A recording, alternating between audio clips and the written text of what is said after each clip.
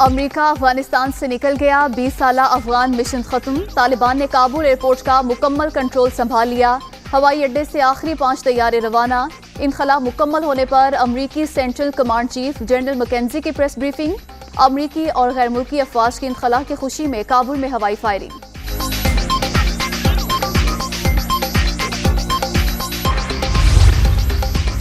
رات کے اندھیرے میں آخری امریکی فوجی بھی افغانستان سے نکل گیا، میجر جنرل کرس ڈونے ہوئی کابل ایئرپورٹ سے روانہ، وزیر دفاع کا ٹویٹ، افغان جنگ میں 2500 فوجی اور 3846 امریکی کانٹریکٹر ہلاک ہوئے۔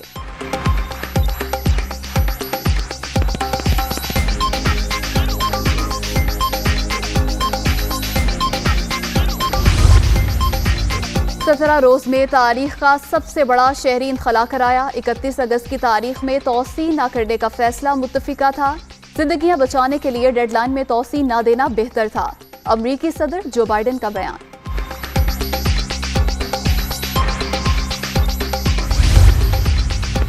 امریکہ کی کابل میں سفارتی موجودگی ختم، سفارتی مشن دوحہ منتقل، نئی افغان حکومت سے تعلقات امریکی مفاد سامنے رکھ کر قائم کریں گے، دہشت گردی کے شدید خطرات کے باوجود شہری انخلا مکمل کیا گیا، وزیر خارجہ اینٹونی بلنکن کی افغانستان کی صورتحال پر میڈیا بریفنگ۔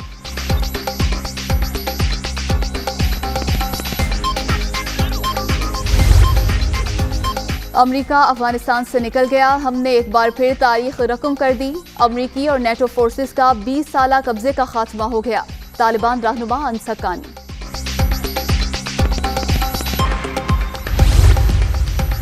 سیاسی اور فوجی قیادت کی بڑی بیٹھک، پارلیمانی کمیٹیوں کے اراکین کا GSU کا دورہ، وفد کو سیکیورٹی کی صورتحال پر تفصیلی بریفنگ، مغربی سرحد پر بارڈر مینجمنٹ کے تحت بروقت اقدامات اٹھائے، مسلح افواج عوام کی حمایت سے ملک کی صورتحال معمول پر لائیں، چیلنجز کے باوجود پاکستان کی سرحدیں محفوظ، کسی بھی صورتحال سے نمٹنے کے لیے تیار ہیں، army chief general Qamar Javed Bajwa.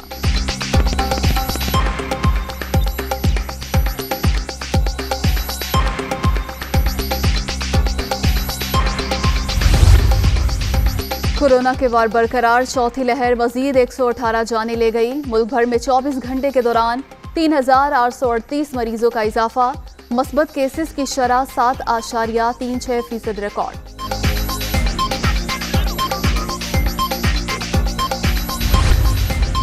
Electronic voting مشینوں کا استعمال، وزیر اعظم کا اپوزیشن لیڈر کو خط، مشاورت کے لیے مسلم لیگ نون سے نام طلب، شہباز شریف کا دیگر جماعتوں سے مشاورت کے بعد جواب دینے کا فیصلہ، شاہد خاقان عباسی، احسن اقبال، رانا ثناءاللہ کے نام بھجوائے جانے کا امکان۔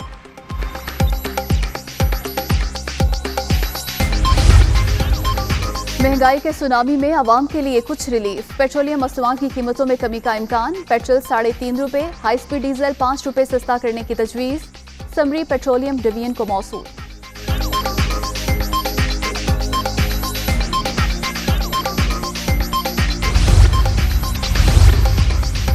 کورونا کے وار برقرار، چوتھی لہر مزید 118 جانیں لے گئی، ملک بھر میں 24 گھنٹے کے دوران 3838 مریضوں کا اضافہ، مثبت کیسز کی شرح 7.36% ریکارڈ۔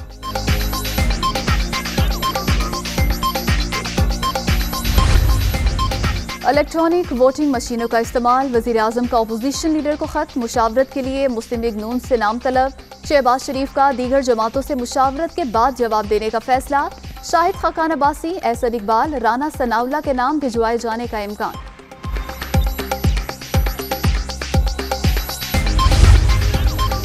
مہنگائی کے سونامی میں عوام کے لیے کچھ ریلیف، پیٹرولیم مصنوعات کی قیمتوں میں کمی کا امکان، پیٹرول 3.5 روپے، ہائی سپیڈ ڈیزل 5 روپے سستا کرنے کی تجویز، سمری پیٹرولیم ڈویژن کو موصول۔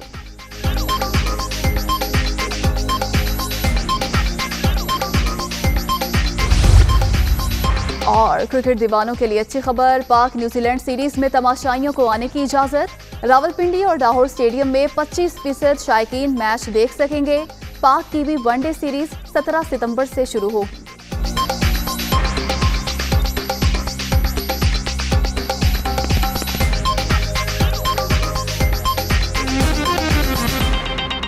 افغانستان پہ طالبان کنٹرول کو ابھی صرف 2 ہفتے ہوئے ہیں، باقاعدہ حکومت قائم نہیں ہوئی ہے، اس میں کچھ دن باقی ہیں، مگر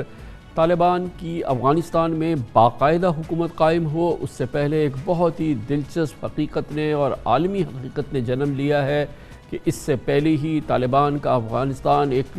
بڑی فوجی قوت بن چکا ہے، بلکہ دنیا کی بڑی فوجی قوتوں میں سے ایک قوت بن چکا ہے۔ اس کی وجہ یہ ہے کہ جنگ کے اختتام پر اور 11 روز میں جس طرح سے افغانستان کی فوج تحلیل ہوئی ہے، طالبان کے سامنے امریکی ہتھیاروں، گولہ بارود، جنگی ساز و سامان، ہیلی کاپٹرز اور لڑاکا طیاروں کا ایک بڑا ذخیرہ طالبان کے ہاتھ میں آ چکا ہے۔ طالبان حکومت پہلے دن سے بڑی فوجی قوت بن رہی ہے۔ کئی دنوں سے ہم دیکھ رہے ہیں کہ طالبان اب قمیص شلوار کے بجائے امریکی فوجی وردیوں بلکہ کامبیٹ یونیفارم سے لیس ہیں۔ اسپیشل فورسز وہ نظر آتے ہیں، وہ اسپیشل فورسز جو امریکہ نے تیار کی تھیں۔ صرف یہ کہ وہ یونیفارم، وہ ساز و سامان، وہ ہتھیار ان کے ہاتھ میں ہیں مگر اندر طالبان ہیں۔ Satellite communication, night vision goggles, laser science اور فلیش لائٹس تک طالبان کے پاس ہیں۔ اب طالبان کے ہاتھوں میں روسی AK-47 کلاشنکوف کے بجائے جدید امریکی M4 گنز،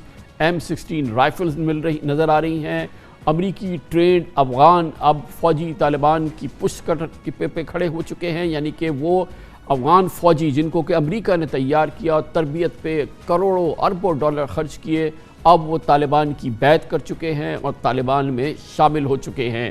بگرام، ہرات، خوست، قندوز، مزار شریف کے اہم ایئر بیس اب طالبان کے مکمل کنٹرول میں ہے۔ امریکی inspector general for Afghan reconstruction کی رپورٹ کے مطابق 2 ماہ پہلے تک افغان ایئر فورس کے پاس 167 جنگی طیارے اور بلیک ہاکس ہیلی کاپٹرز تھے جو اب طالبان کے کنٹرول میں جا چکے ہیں۔ امریکی میڈیا ایک ممتاز نیوز چینل ABC کی نیوز کے مطابق باقاعدہ اس کے اعداد و شمار کہتے ہیں کہ طالبان کو اشرف غنی حکومت سے ملنے والے جنگی ہتھیاروں اور جنگی ساز و سامان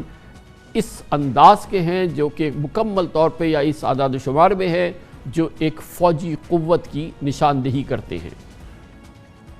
اس پورے پس منظر میں 2 ہفتے قبل امریکی national security adviser Jake Sullivan نے بہت ہی امپورٹنٹ آبزرویشن دی۔ انہوں نے کہا کہ ظاہر ہے اربوں ڈالر کے ہتھیار، ساز و سامان اب طالبان کے پاس ہیں، اب وہ ہمیں واپس تو نہیں کریں گے۔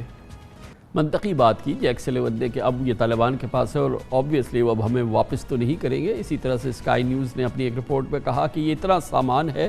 کہ گوریلا جنگ لڑنے میں طالبان مہارت رکھنے والے اب ان کے پاس اس لیول کا اور اتنا زیادہ اسلحہ مل چکا ہے کہ وہ اگلی 2 جنگیں امریکی ہتھیاروں سے لڑ سکتے ہیں۔ اسکائی نیوز نے کہا ہے کہ طالبان کے پاس دنیا کے 85% ممالک سے زیادہ بلیک ہاکس ہیلی کاپٹرز آ چکے ہیں۔ یہ ہے طالبان کی فوجی قوت اس سے پہلے کہ باقاعدہ طالبان حکومت افغانستان میں بنے۔